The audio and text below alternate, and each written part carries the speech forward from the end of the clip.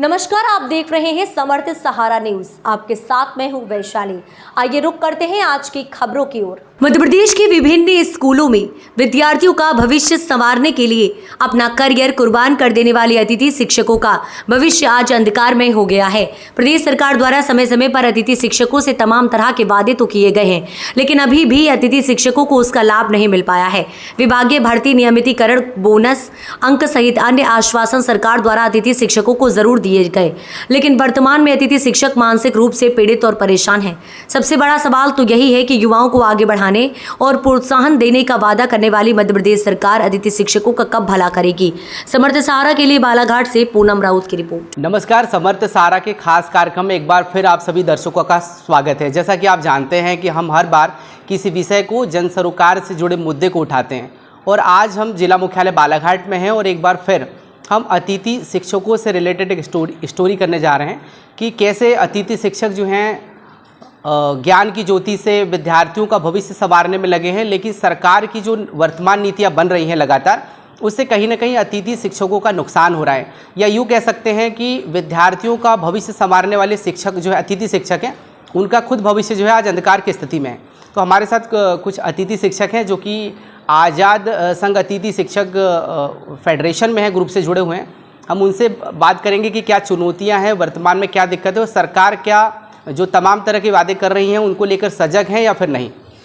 Sir नमस्कार, स्वागत है आपका। सर नमस्कार जी, आपका परिचय। सर मैं उत्तम नकपुरे, अतिथि शिक्षक संघ ब्लॉक अध्यक्ष लालबर्रा जी।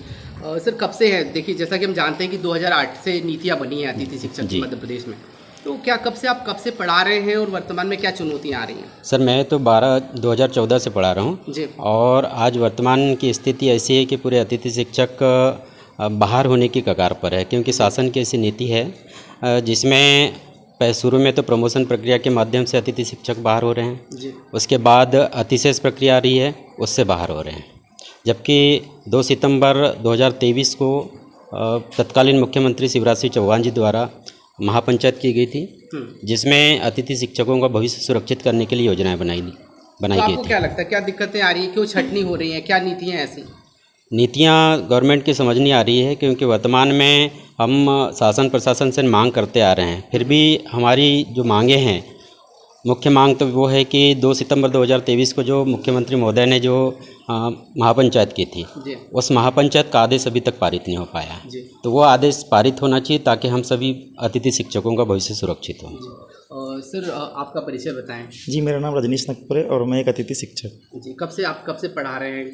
मैं विगत 7 या 8 वर्षों से अतिथि शिक्षक के रूप में सेवाएं दे रहा हूँ। क्या दिक्कतें आ रही हैं, क्या चुनौतियाँ आ रही हैं, क्या लग रहा है आपको कि सरकार किस तरह गंभीर नहीं है, और अगर ऐसी स्थितियाँ रहीं तो अतिथि शिक्षकों के साथ फिर क्या होगा?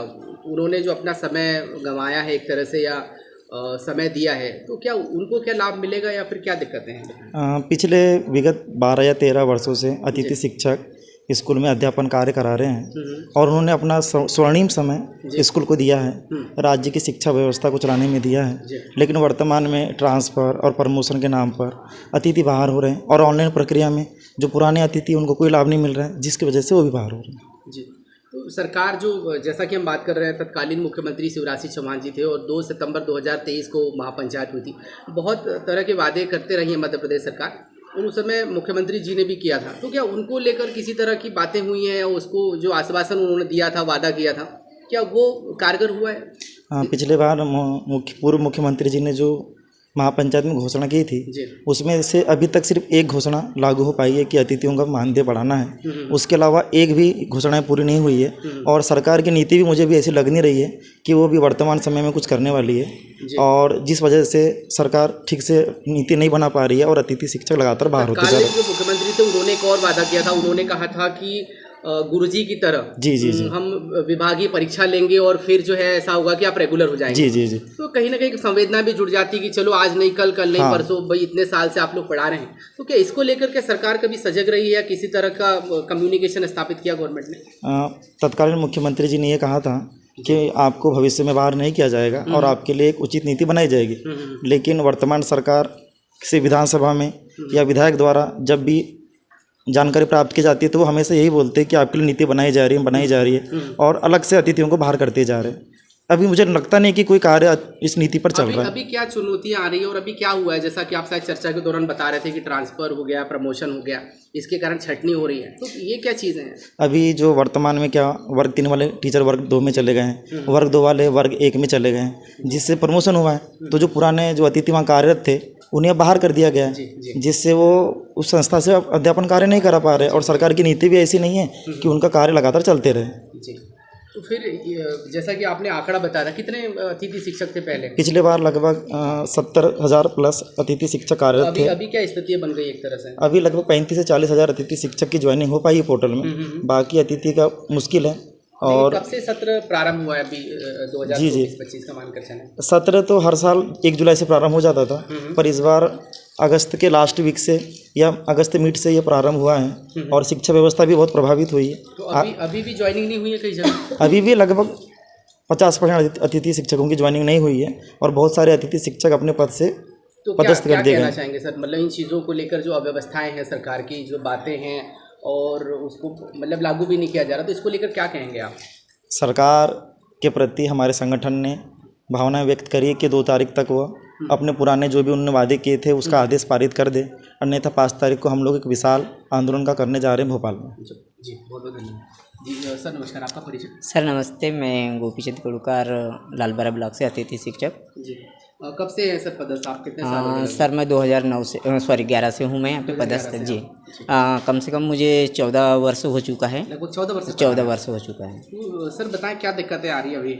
सर वर्तमान समय में दिक्कतें तो बहुत सारी है स्कूलों में, कि हमारे साथ के जितने भी अतिथि शिक्षक साथी जो भाई बहन थे हमारे साथ लगे हुए, वो सभी के सभी गवर्नमेंट के ट्रांसफ़र नीति या प्रमोशन कहना चाहिए, या फिर 30% रिजल्ट, सबसे बड़ा मेन फैक्टर वही दिया गया है कि जिन हमारे अतिथि साथियों का 30% रिजल्ट रहा है उनकी भी ज्वाइनिंग नहीं हो पाई है वर्तमान में, क्योंकि वहाँ लिख के आ रहा हुआ है कि 30% रिजल्ट के कारण आपको ज्वाइनिंग नहीं दी जा रही। इस कारण से बहुत सारी समस्याएँ हमारे अतिथि शिक्षक साथियों के साथ।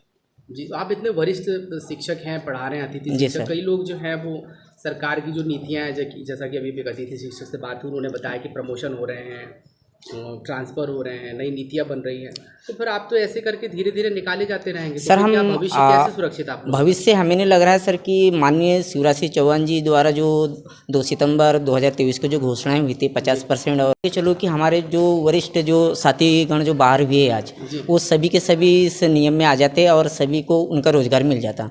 तो आज कहीं ना कहीं हम लोगों का शोषण हुआ है, बहुत अधिक मात्रा में शोषण हो रहा है, क्योंकि जहाँ तक मैं लगा था उस समय 3500 रुपये थी वर्ग 2 की। तो उस समय से मैं लगा हूँ तो बहुत ही मुश्किल से सिर्फ पिछले वर्ष माननीय शिवराज सिंह चौहान जी द्वारा एक ही मानदेय दिया गया हम लोगों को, जो 18,000, 14,000 और 10,000 का ये 23 से लागू हुआ है। उसके पहले कुछ भी हम लोगों को ऐसा ज़्यादा बेनिफिट नहीं मिला। वरिष्ठ आप इतने साल से पढ़ा रहे हैं जी। एक और चीज़ मुख्यमंत्री जी ने कही थी कि भाई जो आपका एक वर्किंग ईयर रहेगा, 10 महीने का, 11 महीने का, बीच में नहीं निकाला जाएगा, क्या उसको लेकर सरकार सजग है? नहीं दिया जा रहा है या फिर ऐसा बीच में भी निकाल दिया जाता है? उसके प्रति सरकार बिल्कुल ही सजग नहीं है, वो बीच में भी निकाल देती है। अगर कोई ट्रांसफ़र से आता है या प्रमोशन से आता है तो अतिथि शिक्षक को तुरंत ही निकाल दिया जाता है वहाँ पे प्रिंसिपल के द्वारा या स्कूल संस्थाओं के द्वारा, जहाँ पे भी हमारे अतिथि भाई रहते हैं। तो 20 सत्र में ही हम लोगों को निकाल दिया जाता है। इससे हमारा भविष्य जो है वो अच्छा नहीं जा रहा है, मतलब खराबी हो चुका है, समझ जाओ। जी और सर आप बताएं आपका क्या नाम है? सर नमस्कार, मेरा नाम तिलक कुमार नकपुरे है, मैं एक अतिथि शिक्षक हूँ। सर मैं लगभग 5 वर्षों से पढ़ा रहा हूँ। तो सर ये जो है शासन प्रशासन के जो नियम चल रहे हैं सर, ये पूर्णतः गलत है।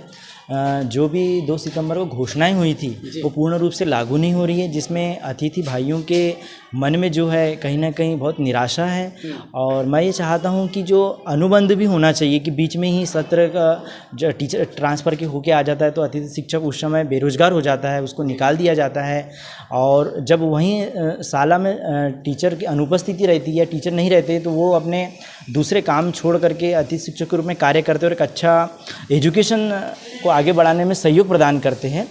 तो जिस प्रकार से उनके साथ में जो भेदभाव और जो उनके साथ में गलत किया जाता है वो ना किया जाए, और उनको पूर्ण रूप से गुरुजी की तर्ज पे जो है प्राथमिकता देकर विभागीय परीक्षा लेकर उनको अंदर किया जाए, एक शिक्षक बनाया जाए। जी गणुका सर, जैसा कि भी आपने कहा कि इतने वर्षों से आप पढ़ा रहे हो, सरकार जो एक तरह से नाउम्मीद कर रही है जी। तो ये जैसा कि विभागीय भर्ती की बात कही थी उन्होंने कि भाई विभागीय एग्जाम्स लेंगे फिर आपको रेगुलर किया जाएगा, तो कहीं बुरा भी लगता होगा आपको कि भाई देखो सरकार ने वादे तो बहुत तमाम तरह के किए हैं लेकिन मिला कुछ नहीं। हाँ सर, जैसे माननीय मंत्री जी ने हम लोगों के साथ में, मुख्यमंत्री जी ने बोला हुआ था हम लोगों को कि विभागीय एग्जाम लेके जो उसके क्राइटेरिया में फंस रहे हैं हम उनको अंदर करेंगे, लेकिन आज तक 1 वर्ष पूर्ण होने जा रहा है, आज तक ना 50% का फायदा मिला, ना 20 नंबर का मिला, ना विभागीय परीक्षाओं का मिला। अच्छा, नंबर भी नहीं मिला? नहीं, कुछ नहीं मिला हुआ। नंबरों को लेकर कहा गया था कि प्रति वर्ष के हिसाब से जो उच्च शिक्षा में नंबर मिलते हैं उसी हिसाब से आप कितने भी वर्ष पढ़ाओ लेकिन 20 नंबर अधिकतम आप लोगों को दिया जाएगा। तो अगर 20 नंबर दे दिया जाता तो मैं इतना कह सकता हूँ कि बहुत सारे अतिथि जो भाई बहन हैं वो आज कहीं ना कहीं इस व्यवस्था में लग जाते हैं। जी सर, आपसे जानना चाहेंगे, आप चूँकि संगठन में भी है, ब्लॉक अध्यक्ष हैं लालपुरा के, जी। ये जो सरकार ने कहा था कि नंबर देंगे, क्या इसका हुआ है कुछ फ़ायदा? व्यापम वगैरह की जो एग्जाम्स हुई हैं क्या उसमें किसी तरह का एडवांटेज मिला आप लोगों को? नहीं सर, अभी तक तो कोई एडवांटेज नहीं मिला है, क्योंकि ये बहुत ही दुर्भाग्यपूर्ण बातें हैं। हमने सरकार तक आप श्री मीडिया के माध्यम से एक बात पहुंचाना चाह रहे हैं, जानना चाह रहे हैं कि एक संगठन में एक मुख्यमंत्री महोदय रहते हैं और उसी संगठन का व्यक्ति अगले पंचवर्षीय में मुख्यमंत्री बनता है, तो क्या पूर्व मुख्यमंत्री की घोषणाओं को वो लागू नहीं कर रही? बिल्कुल करना चाहिए। तो वही दुखद बातें हैं कि एक ही संगठन है भारतीय जनता पार्टी, और उसी संगठन की अगले पंचवर्षीय में सरकार बनी है, लेकिन तत्कालीन मुख्यमंत्री ने घोषणाएं की है और उस घोषणा को मुख्यमंत्री परिवर्तित होने के बाद भी आज तक लागू नहीं की गई है, क्योंकि और उसका एक विशेष कारण है कि 15 मार्च 2018 को तत्कालीन मुख्यमंत्री, वर्तमान मुख्यमंत्री मोहन यादव जी ने तत्कालीन मुख्यमंत्री शिवराज सिंह चौहान को लेटर लिखे हैं कि अतिथि शिक्षकों को नियमित किया जाए, लेकिन आज तक वही, और जिनने लेटर लिखे हैं विधायक पद पर रहते हुए, वो आज तक अभी वर्तमान में मुख्यमंत्री है और उनने अभी तक अतिथि हित के लिए कोई भी योजना नहीं बनाई है। अच्छा, एक और चीज़ मैंने सुनी है, चूँकि आप ब्लॉक कार्यकारिणी में भी हैं जी, कुछ अतिथि शिक्षकों ने शायद सुसाइड भी किया है मध्य प्रदेश में, शायद इसको लेकर भी नेता प्रतिपक्ष ने शायद आवाज़ उठाई थी, क्या इसको लेकर कुछ कहना चाहेंगे आप? जी सर, बिल्कुल। लगता है भाई आर्थिक रूप से आप जो है टूटने लगते हैं फिर। जी सर, क्या है, हम अल्प मानदेय में सरकार शासन को सेवा देते हैं, स्कूलों में सेवा देते हैं और सरकार की मदद करते हैं, लेकिन आज स्थिति ऐसी है कि जब चाहे तब सरकार अतिथि शिक्षकों को बाहर कर दे रही है, तो कहीं ना कहीं अपना भविष्य बर्बाद कर चुके हैं अतिथि शिक्षक, इस उम्मीद से कि कुछ न कुछ हमारा भविष्य में उद्धार हो जाएगा। क्यों नहीं, उम्मीद भी हम करते हैं, क्योंकि इसके पहले सरकार ने शिक्षाकर्मियों को बिना परीक्षा लिए नियमित की है, गुरुजियों को नियमित की है, तो हमारे पास तो सारी योग्यताएं हैं, हम टेट क्वालिफाइड हैं, हमारे पास डीएड बीएड है, उसके बाद भी आज स्थिति तक हमें नियमित नहीं किया गया, न हमारे हित में कोई योजनाएं बनाएगी, तो ये बहुत दुखद है। जी धन्यवाद। रजनीश जी, आपसे भी जानना चाहूँगा कि अतिथि शिक्षकों का एक उम्मीद रहती है कि भाई हम पढ़ाने जा रहे हैं, आर्थिक रूप से अक्षम है, नौकरियां नहीं लगी तो चलिए पढ़ाते हैं, लेकिन धीरे धीरे एक वक्त चला जाता है जिसको हम कहते हैं कि भाई हमारे सुनहरे दिन चले गए, हमारा कैरियर चला गया, ज़िंदगी के सही समय चला गया। इसको लेकर क्या कहेंगे? सरकार फिर तो संजीदा नहीं रहती, कई लोगों को ऐसी भी जानकारी मिली कि कुछ सुसाइड भी कुछ हुए हैं मध्य प्रदेश में, तो क्या कहना चाहेंगे आप? पिछले विगत महीने में हमारे 2 से 3 साथी जो मध्य प्रदेश में अतिथि शिक्षक पद पे कार्यरत थे, उन्होंने सुसाइड कर लिया। परिवार में इतना मानदेय नहीं मिलता अतिथि शिक्षक में कि वो अपना भरण पोषण कर पाए, और सरकार की नीतियों के कारण वो अनावश्यक कभी भी निकाले जाते हैं, इसलिए वो मानसिक तनाव में रहते हैं और सब लोग इसको हैंडल नहीं कर पाते। और सरकार को भी चाहिए कि एक अतिथि शिक्षक की लक्ष्य नीति बनाए, पुराने अतिथियों को अवसर दे, क्वालिफाइड व्यक्तियों का सिलेक्शन करे और एग्जाम में बोनस अंक देकर उनका जीवन सुनिश्चित करे। अच्छा, एक और चीज़ मैंने सुनी है कि जैसे परसेंटेज के आधार पे शायद इसका वो स्कोर कार्ड तय होता है, उसको भी लेकर कई अतिथि शिक्षक नाराज है, क्योंकि जो फ्रेश आ रहे हैं बच्चे लोग, उनका पता चला कि सिलेक्शन हो रहा है, जो पुराने समय से पढ़ा रहे हैं उनको हटा दिया जाता है, क्या इसको लेकर कोई विषमताएं हैं, उसके बारे में जानना चाहिए? हाँ, अभी पूरी विषमता इसी में है सर। अभी जो नवीन पदस्थापना हो रही है उनमें नए अतिथियों को अवसर दिया जा रहा है, जिनके प्रतिशत ज़्यादा है, जो सेमेस्टर सिस्टम से पढ़ कर आए, जो पूर्व से कार्यरत अतिथि थे उनके प्रतिशत कम थे, तो सरकार को चाहिए कि उन्हें बोनस अंक दिया जाए ताकि वो नए लोगों से कम्पीट कर पाए, और जो 5, 6, 7 साल से पढ़ा रहे हैं वो इस व्यवस्था में आ पाएँ। और जो विभागीय भर्ती की बात आपने कही थी, उसको लेकर क्या कहना चाहेंगे? मतलब उसको भी लेकर कई अतिथि शिक्षक नाराज है, क्योंकि जो फ्रेश आ रहे हैं बच्चे लोग, उनका पता चला कि सिलेक्शन हो रहा है, जो पुराने समय से पढ़ा रहे हैं उनको हटा दिया जाता है, क्या इसको लेकर कोई विषमताएं हैं, उसके बारे में जानना चाहिए? हाँ, अभी पूरी विषमता इसी में है सर। अभी जो नवीन पदस्थापना हो रही है उनमें नए नए अतिथियों को अवसर दिया जा रहा है, जिनके प्रतिशत ज़्यादा है, जो सेमेस्टर सिस्टम से पढ़ कर आए। जो पूर्व से कार्यरत अतिथि थे उनके प्रतिशत कम थे, तो सरकार को चाहिए कि उन्हें बोनस अंक दिया जाए ताकि वो नए लोगों से कम्पीट कर पाए, और जो 5, 6, 7 साल से पढ़ा रहे हैं वो इस व्यवस्था में आ पाए। और जो विभागीय भर्ती की बात आपने कही थी, उसको लेकर क्या कहना चाहेंगे मध्य प्रदेश सरकार से? विभागीय भर्ती के लिए अगर वो जैसे शिक्षकों के लिए नीति बनाकर अगर योजना बनाए तो आसानी से बहुत सारे अतिथि शिक्षक जो क्वालिफाइड हैं और जो इसकी दक्षता रखते हैं वो आसानी से टीचर बन जाएंगे। एक और आखिरी चीज़, नॉर्मलाइजेशन को लेकर क्या कहेंगे? देखिए, आप अतिथि शिक्षक तो हैं, साथ में आपने निश्चित रूप से बीएड भी किया होगा, आपने एग्जाम भी दी होगी। जी। नॉर्मलाइजेशन को लेकर भी कई बार मैं सुनता हूँ, पढ़ता हूँ, लोग नाराज़ हैं कि भाई ये तो बहुत गलत प्रक्रिया। कई बार ऐसा भी हुआ मध्य प्रदेश में कि लोग 1-1, 2-2 नंबरों के कारण जो है रह गए। जी तो बिल्कुल। इसको लेकर क्या कुछ कहना चाहिए? नॉर्मलाइजेशन की जो पद्धति है वो बहुत ही जटिल है। कई बार एक ही शिफ्ट के 2 अलग लोगों के नंबर किसी के कम हो जाते हैं, किसी के ज़्यादा हो जाते हैं, और काफ़ी किसी के 5-5, 10-10 नंबर कम हो जाते हैं, कोई दशमलव से पीछे रह जाते हैं। तो उसमें भी पारदर्शिता नहीं है और लोग समझ नहीं पाते कि किस प्रकार का नॉर्मलाइजेशन कर रहे हैं, कि क्या कर रहे हैं, कैसे कर रहे हैं। वो भी उस पर भी काफ़ी गंभीर सवाल खड़े हो रहे हैं और निश्चित भविष्य में उसमें सुधार करने की आवश्यकता है। तो क्या लगता है फिर सरकार करेगी, ऐसा लग रहा है? मुझे तो लगता है कि वो नॉर्मलाइजेशन में कुछ सुधार कर पाएंगे, लेकिन मैं चाहता हूँ कि वो नीति बनाएं और अनुभव के आधार पर अंक देकर अतिथि शिक्षकों का जीवन सुनिश्चित करें। जी।